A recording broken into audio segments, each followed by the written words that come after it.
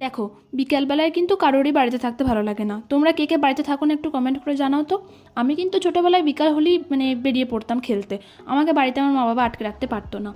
আর আজকে যেহেতু বৌমনি বেবিকে রেখে দিয়ে গেছে, আর বেবিও কিন্তু বিকালবেলা ঘুম থেকে উঠে গেছে, আর ওকে আমি একদম রেডি করে আমি, প্রীতি আর বেবি মিলে ঘুরতে বেরিয়ে গেছি। প্রথমেই আমরা বড়মা মন্দিরে প্রণাম করে তারপরে ছোটো মা মন্দিরে প্রণাম করি, আর তারপরে চলে এসেছি এই যে দুজনের কাছে।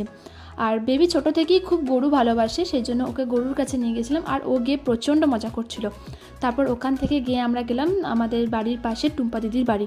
তো টুম্পা দিদির বাড়িতে ও খুবই থাকতে ভালোবাসে, এতটাই ভালোবাসে ওখানে গিয়ে অনেকটাই সময় কাটায়। তো ওখানে গিয়ে আমরা কিছুক্ষণ সময় কাটালাম, আর বেবি তো ওখানে গিয়ে অনেকটা নাচানাচিও করছিল। যাই হোক, তোমরা দেখতেই পাচ্ছ। আর করতে করতে হয়ে গেল সন্ধে, আর সন্ধে হলেই ও একটাই কাজ, চাঁদ মামাকে ডাকা। আর আমরা চাঁদ মামাকে একদম ডাকতে চলে গেছি। টাটা করে দাও, টাটা করে দাও। বেবিও টাটা করে দিয়েছে, এবার আমিও বলি টাটা।